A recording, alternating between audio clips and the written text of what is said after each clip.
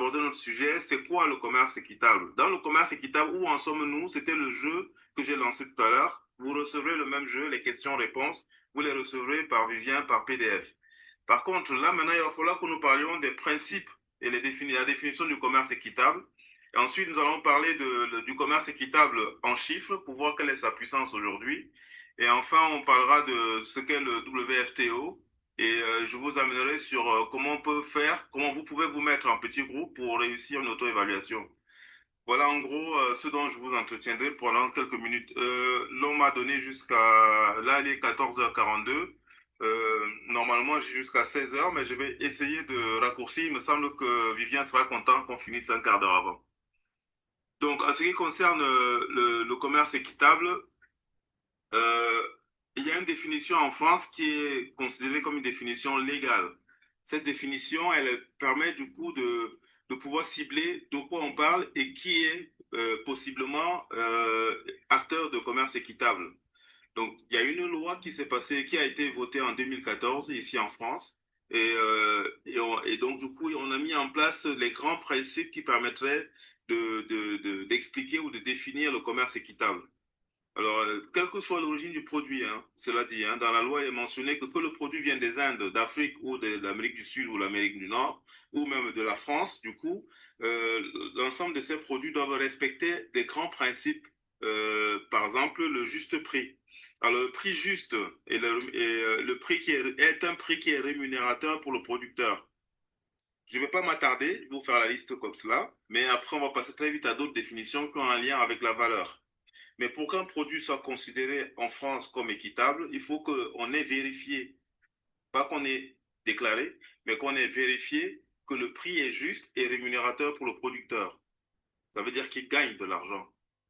Il faut qu'il y ait un partenariat commercial sur une longue durée. Ça veut dire que je peux pas venir en tant qu'un commerçant de tous les jours, atterrir chez vous, prendre 2 tonnes, disparaître et dire que j'ai fait du commerce équitable. Non. Il faut qu'il y ait une relation dans le temps avec une relation de partenariat entre le consommateur, le vendeur et le producteur sur de la durée. Il faut également un renforcement des organisations de producteurs. Donc, si le producteur a l'impression au bout de quelques années de commerce équitable, qu'il recule plutôt que d'avancer, ça veut dire qu'il y a un problème, au moins dans la gouvernance démocratique, sinon dans le choix de ce qui fait priorité dans le commerce qui a cours. Il faut également que ce produit, que le versement d'un montant supplémentaire soit prévu pour financer des projets des dynamiques collectives. En fait, il s'agit ici d'un commerce qui ne va pas s'attarder juste à faire de la plus-value pour celui qui met un bien à disposition ou du gain de la part de celui qui achète. Non, non, il s'agit ici de prévoir dans ce juste prix suffisamment à mettre de côté pour pouvoir animer ou aider ou impulser des projets d'intérêt collectif. Ce même produit est du commerce équitable s'il y a une traçabilité, une transparence totale sur la filière. Entendons par filière, parce qu'on y reviendra, l'ensemble des éléments qui sont posés, l'ensemble des opérations qui rentrent dans la construction d'un produit. Quand on parle d'un produit transformé, par exemple, on dira que la filière, c'est ce qui va de la matière première, la matière récoltée, jusqu'au produit fini qui est déposé sur les tables ou sur la table du consommateur. L'ensemble de ces opérations, de ces niveaux d'opération, s'appelle une filière. Donc, si on n'a pas la traçabilité sur la filière complète, il sera difficile de qualifier en bout de filière le produit comme étant un produit équitable. Donc, traçabilité, transparence. La sensibilisation des consommateurs. Donc, si jamais je vends, je fais que vendre, je dis rien de ce que je fais, eh bien, il y a un petit problème là pour le commerce équitable parce qu'il faut lever le nez, parler aux consommateurs des enjeux qui ont amené à respecter l'environnement, à produire d'une certaine manière, à ne pas faire n'importe quoi avec les pesticides et tout le reste. Donc, sensibiliser le consommateur rentre dans les principes du commerce équitable sur le mode de production parce que c'est écologique.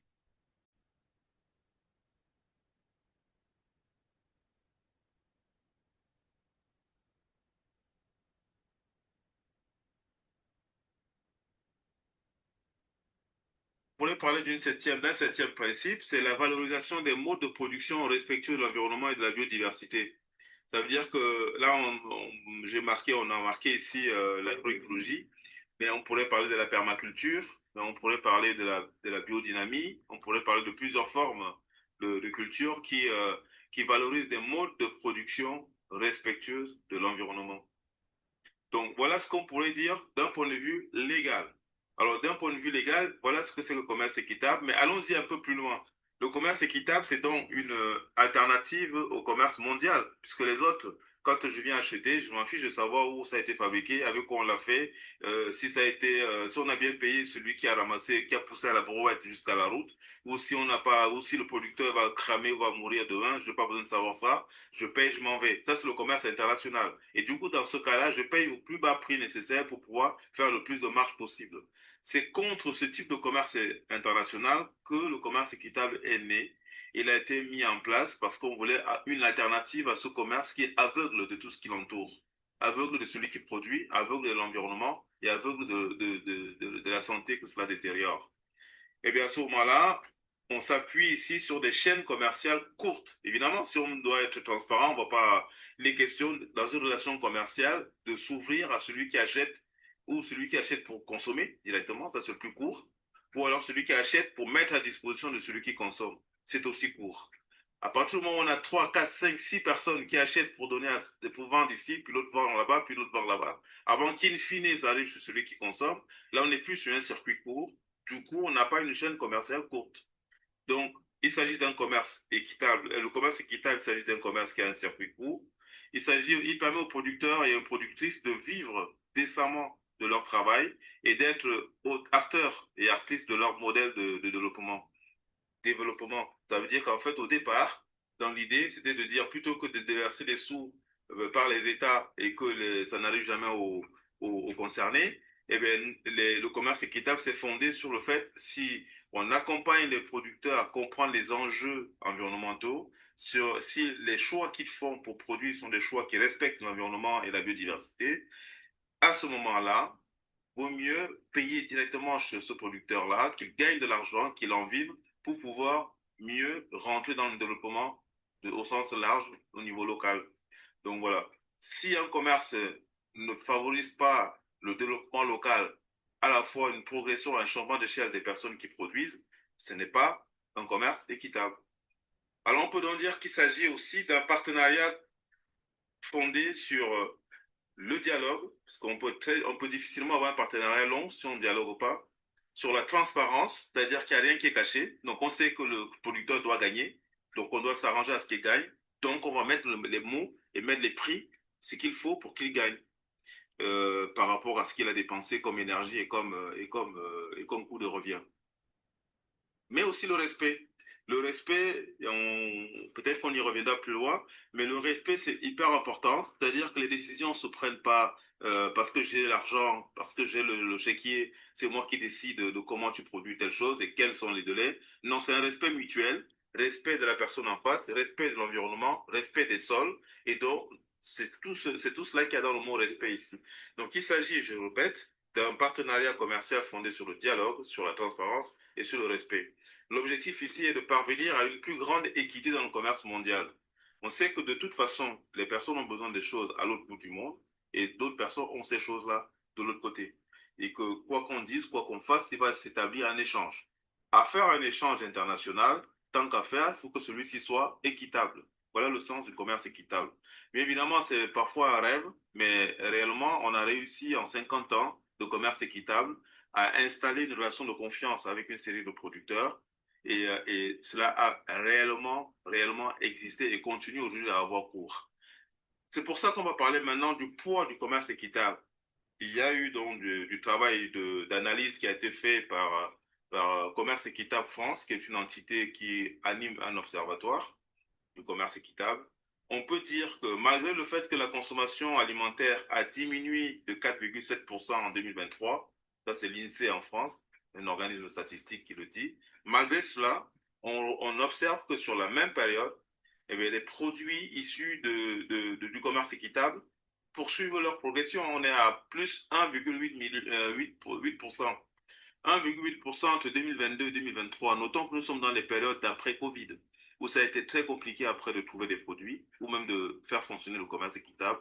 Ça a commencé à reprendre au milieu 2023, mais les années 2021 et 2022 ont été des années très difficiles. Mais malgré cela, le commerce équitable, en tout cas ceux qui avaient pour souci d'acheter peut-être un petit peu plus cher, mais d'acheter directement aux producteurs et de faire qu'ils en vivent, eh bien, ce commerce-là a progressé pour atteindre 2,118 milliards d'euros de ventes. Ce sont des chiffres qui donnent envie. Mais allons-y un peu plus en profondeur. Et on voit qu'en 9 ans, c'est-à-dire sur une période qui couvre 2014 à 2023, on a remarqué que au fur et à mesure que ce temps-là passait, la part des filières internationales dans le commerce équitable a augmenté. On en est aujourd'hui à 63% des ventes du commerce équitable qui concernent les produits venus de l'international.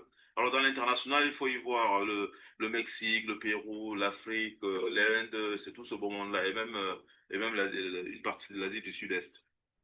Donc, on a 63% qui viennent de l'international et 37%, ça a remonté. Et en 2014, avant la loi ESS, le commerce équitable ne concernait ESS, économie sociale et solidaire. Hein. Voilà, c'est une économie différente de l'économie de marché. Donc, avant cette loi en 2014, il y a 99% de ce qui était vendu sur le commerce équitable venait de l'international. Mais aujourd'hui, la production française, on a introduit la notion que les circuits courts pouvaient inclure également les producteurs français. Et en introduisant les producteurs français qui font du bio, qui mettent des prix au niveau équitable selon le coût de vie en France, on a remarqué que en 9 ans, on est passé de 1% de la production française dans le commerce équitable à 37%. Mais on reste quand même à l'international avec 63%. Je n'ai pas affiné jusqu'à voir quelle est la part de ce pourcentage qui vient d'Afrique. Mais on va sortir très vite des chiffres parce que le temps passe. Mais ce qui serait intéressant de faire, puisque je ne suis pas avec vous sur place pour monter des petits ateliers, et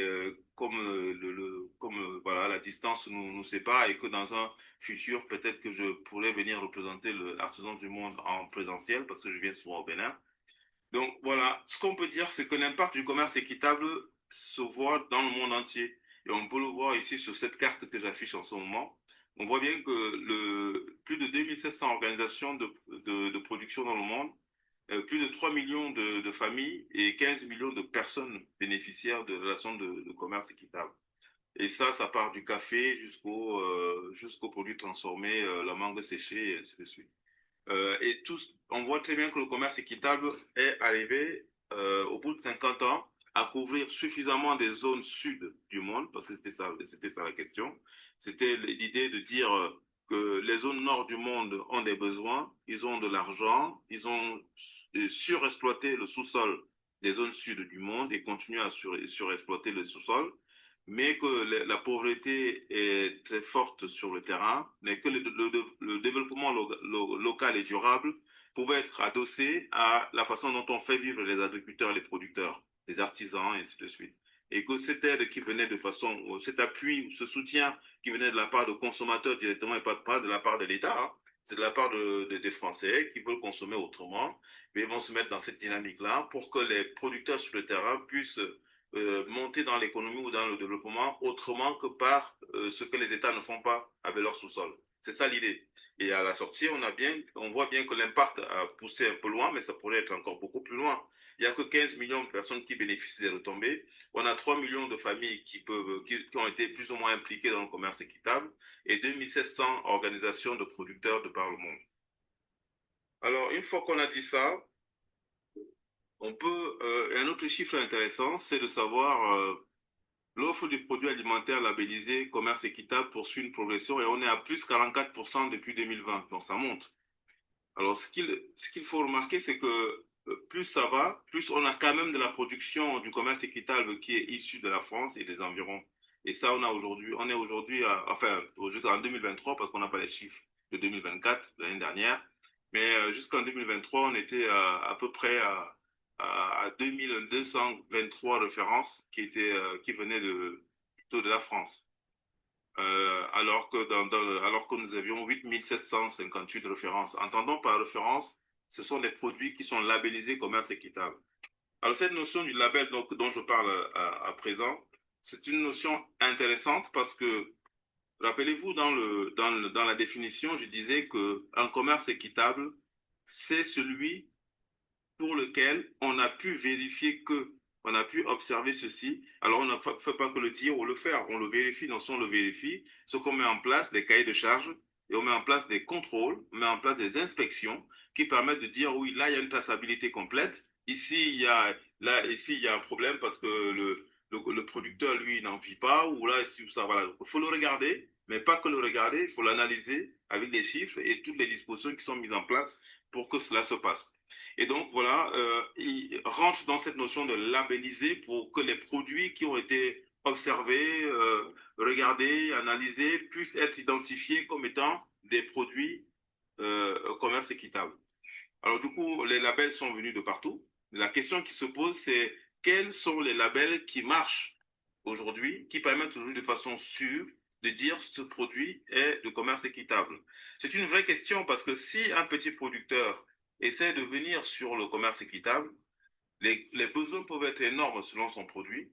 Il peut ne pas avoir les stocks nécessaires, mais au-delà de ce problème de stock, ce n'est pas le seul problème qu'il a. Il a aussi le problème d'être repéré par le comptoir de commerce international comme étant ces produits comme étant équitables. Pour qu'ils soient repérés comme étant équitables, mais malheureusement, il n'y a pas d'autre façon que d'avoir eu ou de travailler sous label pour des organismes qui ont mis en place des systèmes nécessaires pour cela. Et donc, il y en a qui ont une double labellisation. Ce qui est recherché en France, en tout cas, c'est une double labellisation. À l'international aussi, on commence à le demander fortement. La labellisation, jusqu'à il n'y a pas longtemps, il n'y a pas 5 ans, la labellisation commerce équitable n'était pas obligée d'être une labellisation bio ou bien d'agriculture agroécologique. Non. Il fallait juste avoir de la transparence, du juste prix, respecter les sols et ne pas les détruire, et mettre en place une relation partenariale sur du long terme et que le prix soit le juste prix pour que l'autre en vive. C'était suffisant. On n'avait pas besoin d'aller sur le label AB, sur le label Écossaire, sur le label. On n'avait pas besoin cette double labellisation. C'est arrivé à la mode parce que justement, les croisements de marché ont fait que si on labellise en commerce équitable quelque chose qui détruit la nature, alors que par ailleurs, il y a une labellisation qui affirme et atteste que la nature est préservée par le mode de production. Ce serait dommage qu'on ait des produits qui passent entre les mailles et c'est ainsi qu'on est arrivé à la double labellisation. La double labellisation, ça fait on peut à la fois travailler la labellisation commerce équitable et être refusé sur un comptoir de commerce équitable parce que finalement, on n'est pas allé assez loin dans le respect des sols, dans le respect de la biodiversité ou dans le respect des écosystèmes autour du lieu de production, de l'environnement. Donc, il est important de comprendre cette notion de double labellisation. Euh, Même si aujourd'hui on a des labellisations bio, c'est-à-dire agriculture biologique, c'est ça que ça veut dire. Même si aujourd'hui nous avons des certificateurs africains qui peuvent le faire. Même si aujourd'hui on a également la plateforme du commerce équitable qui est au Kenya et qui s'occupe de l'Afrique. Malgré tout cela, l'accès à ces labels est tout aussi compliqué pour les petits producteurs. Et les petits producteurs, qu'est-ce qu'on appelle petits producteurs? Ça, c'est important à savoir. En sachant que lorsque nous avons des tonnes et des tonnes de choses qui sont vendues dans le monde, le petit producteur reste celui qui a une production à taille familiale, qui n'est peut-être pas capable tout seul de remplir un marché selon un besoin qui est donné. C'est un producteur qui n'a pas des gros volumes et d'ailleurs dans la recherche de l'agroécologie, ce qui est conseillé, c'est d'avoir des petits producteurs, en tout cas une agriculture familiale qui respecte les sols, qui est à taille humaine et qui évite donc d'utiliser de la mécanisation qui compacte le sol, qui va éviter toutes ces choses, les pesticides et tout le reste. Et si on en est là et qu'on est un petit producteur, ça fait l'effet boomerang. Les petits producteurs qui ont été les premiers à arriver sur le commerce équitable se sont montés en coopérative, ont grossi et fournissent des tonnes et des tonnes parce que c'est devenu huilé. Du coup, c'est posé les effets de seuil habituels. C'est-à-dire que les premiers occupants occupent la place et puis les autres ne peuvent plus rentrer. La difficulté aujourd'hui pour les producteurs jeunes qui font un retour à leur terre, eh bien, c'est qu'ils n'ont pas la taille critique nécessaire pour fournir le besoin. Ils n'ont pas le financement nécessaire pour mettre en place tout le travail à mettre en place en amont pour être labellisé à leur propre titre. et il devient de plus en plus difficile dans nos pays en Afrique de travailler en coopérative et de travailler plutôt dans la coopération économique. On est plutôt dans la compétition et ça n'arrange rien. Donc voilà la difficulté. Donc je vous ai parlé du commerce équitable, ce qu'il porte comme principe. Je vous parlerai des valeurs plus loin. Je vous ai parlé du commerce équitable également en termes de poids, en disant qu'il continue à monter, même si les produits alimentaires diminuent, sachant que ça concerne quand même les produits artisanaux, ça concerne le tourisme équitable, ça concerne les produits agricoles directement récoltés, les produits agricoles transformés, et ainsi de suite. Et donc, maintenant, je vous ai parlé du label, de l'importance de labelliser parce qu'il faut qu'on reconnaisse ceux qui ont suivi tout le cheminement nécessaire. Et il y a un cheminement pour être labellisé. Donc, il y a ce qu'on appelle un système de garantie qui n'est posé que parce qu'on a fait les vérifications.